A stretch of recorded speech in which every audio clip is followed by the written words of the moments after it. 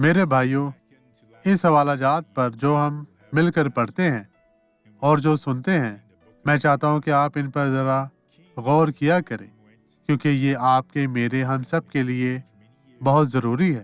آئیں یہاں یرمیہ کی اس آیت پر ذرا غور کریں جو خداوند یہاں فرماتا ہے۔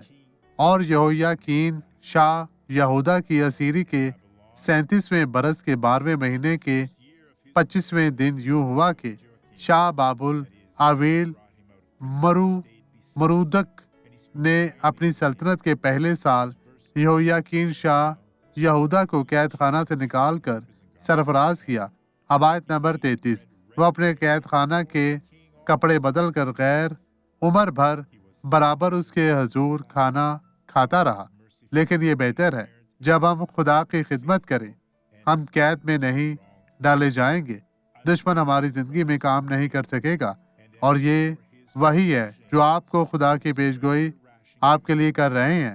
اسے قبول کریں اور اسے برقرار رکھیں۔ خداوند آپ کو، آپ کے گھرانے کو برکت دے۔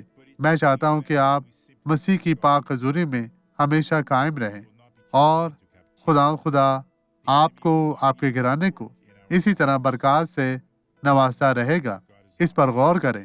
باپ، میں ان تمام لوگوں کے لیے دعا گو ہوں جو اب میرے ساتھ دعا کر رہے ہیں۔